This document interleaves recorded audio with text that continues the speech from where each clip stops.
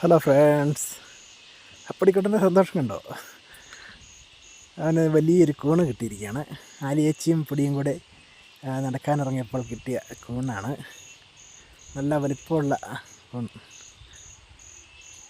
സാധാരണ കൂണുകൾ കിട്ടാനുണ്ടെങ്കിലും ചെറിയ ചിരട്ട വലിപ്പത്തിലുള്ളതൊക്കെയാണ് കിട്ടുന്നത്. ഇത് നല്ലൊരു പൊടിക്ക് കുട ചൂടാനുള്ള ഒരു കൂണ് ആണ്. അതുകൊണ്ട് ഭയങ്കര സന്തോഷമായിട്ട് അത് എടുത്തുകൊണ്ട് നടക്കുകയാണ്. ഇന്നത്തെ സ്പെഷ്യൽ കൂൺ കറിയാണെന്ന് തോന്നുന്നു. കൂണങ്ങനെ നമുക്ക് കറി വെക്കാം. ഇത് നമുക്ക് വിഷക്കൂണാണോ നല്ല കൂണാണോ എന്നൊരു സംശയം തോന്നാം. ഇത് പുറമേ നിന്ന് കിട്ടുന്ന നല്ല കൂണാണ്.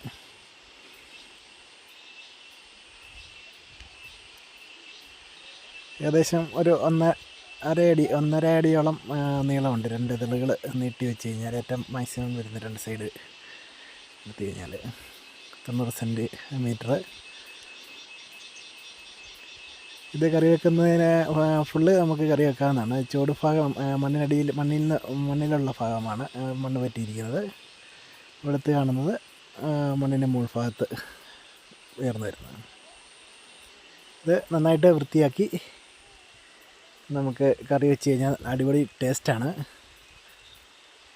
അതിന് മുമ്പ് വൃത്തിയാക്കുന്നതിന് ഇത് അടത്തിയിട്ട് നമുക്ക് അതിൻ്റെ മുകളിലെ കറുത്തിരിക്കുന്ന ആ ഭാഗങ്ങൾ ചുരണ്ടി നീക്കുകയും ചെളി പറ്റിയിരിക്കുന്ന മണ്ണുള്ള ഭാഗം ചുരണ്ടിക്കളയുകയും ചെയ്യണം.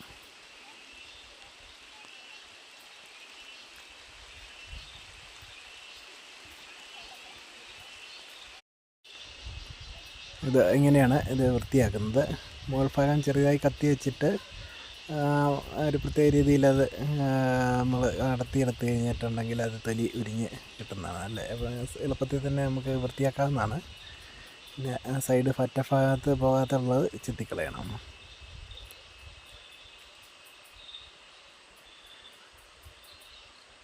കൂൺ ശരിക്കും നല്ല തേങ്ങയൊക്കെ ഇട്ട് ഉള്ളി മുളകൊക്കെ ചേർത്ത് കറി വെച്ച് കഴിഞ്ഞാൽ വളരെ രുചികരമാണ്.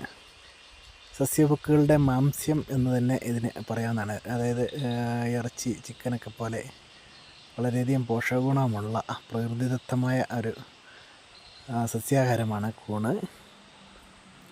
നമ്മൾ കൃത്രിമമായിട്ട് കൃഷി ചെയ്യാറുണ്ടെങ്കിലും ഇങ്ങനെ നമുക്ക് വല്ലപ്പോഴും കിട്ടുന്നത് അപൂർവമായിട്ടേ കിട്ടുകയുള്ളൂ. ഇത് ഞങ്ങൾക്ക് കിട്ടിയതിൽ ഏറ്റവും വലിപ്പമുള്ള കൂണാണ്.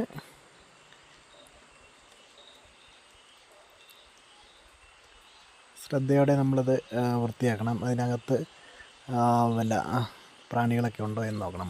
ഇത് കറക്റ്റ് സമയത്ത് പാകത്തിന് ആയപ്പോഴത്തേക്കും നമുക്ക് കണ്ടു കിട്ടി പറിച്ചെടുക്കാൻ സാധിച്ചു. ചിലപ്പോൾ നമ്മൾ പറിച്ചെടുക്കുമ്പോഴത്തേക്കും അത് ഒരു ദിവസത്തോളമൊക്കെ നിൽക്കുകയുള്ളൂ കൂണുണ്ടായി. അത് പിറ്റേ ദിവസം ആകുമ്പോഴത്തേക്കും അത് കേടാകുകയും പ്രാണികളൊക്കെ കയറി അത് തിന്ന് കളയുകയും ചെയ്യും. കറക്റ്റ് മുളച്ച് വങ്ങുന്ന ഒരു 3-4 മണിക്കൂറിനുള്ളിൽ കണ്ടു കിട്ടിയാലാണ് നമുക്ക് അത് ഉപയോഗിക്കാൻ പറ്റുക ഭക്ഷണാവശ്യത്തിന്. ഇതാണ് ക്ലീൻ ചെയ്ത കൂണ്. നമുക്കൊരു 1/2 കപ്പ് കറിക്കുള്ള സാധനം കിട്ടിയിട്ടുണ്ട്. ഇങ്ങനെ ചെറുതായിട്ട് അരിഞ്ഞെടുക്കണം അതിൻ്റെ തണ്ട്. എന്നിട്ട് നമ്മളത് ഓരോന്നായിട്ട് അടത്തി കറിക്ക് വേണ്ടിയിട്ട് പാകത്തിനാക്കുകയാണ് ചെയ്യുന്നത്. കാണുമ്പോൾ തന്നെ വായിൽ കൊതി കയറുകയാണ്.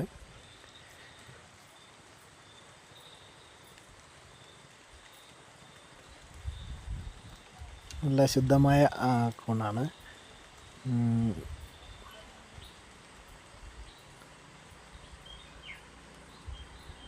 കണ്ടോ, ഓരോന്നും ഏകദേശം ഒരേ വലിപ്പം വരുന്ന രീതിയിൽ നമുക്ക് മുറിച്ചിട്ട് അടത്തിയാണേലും ഇടാം. വലിയ ബലമുള്ളതല്ല. ഇത് മഞ്ഞൾ പുരട്ടി വെച്ചിരിക്കുകയാണ്. നമ്മൾ അടത്തി കറിക്കുള്ള പാകത്തിനാക്കിയിട്ട് നമ്മൾ മഞ്ഞൾ പുരട്ടി വെള്ളത്തിൽ കലക്കി ഇടണം. വെള്ളത്തിൽ മുക്കി വെച്ച് കഴിയുമ്പോഴത്തേക്കും മൊത്തം മഞ്ഞളിൻ്റെ ഗുണം കൊണ്ട് അത് വിഷാംശം വല്ലതുമൊക്കെ ഉണ്ടെങ്കിൽ അത് മാറിക്കോളും. കറിയായിരിക്കുകയാണ്. തേങ്ങ നല്ലവണ്ണം ചേർത്ത് ഉള്ളിയും മുളകും ഒക്കെ ഇട്ട് എടുത്ത് കഴിഞ്ഞാൽ നല്ല അടിപൊളി ടേസ്റ്റാണ്. നല്ല രുചിയാണ്. എണ്ണയൊക്കെ ചേർത്ത്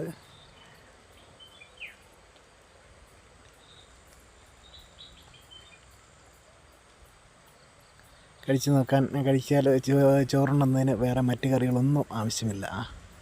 നല്ല അടിപൊളി രുചിയാണ്. അതെ ഗൈസ്, നല്ല അടിപൊളി ഒരു കൂൺ കറിയാണിത്. എന്തായാലും ഇന്നത്തെ ഓണത്തിന് ഉത്രാടപ്പാച്ചിലിനിടയ്ക്ക് നമുക്ക് ഒരു ഓണസമ്മാനമായിട്ട് കിട്ടിയതാണ് കൂൺ കറി. പൊടിക്കുട്ടൻ ടേസ്റ്റ് ചെയ്ത് നോക്കുകയാണ്. അവനധികം കൂൺ കഴിച്ചിട്ടില്ല, വല്ലപ്പോഴും കിട്ടുന്നതായതുകൊണ്ട്. അങ്ങനെയുണ്ട്. അടിപൊളി.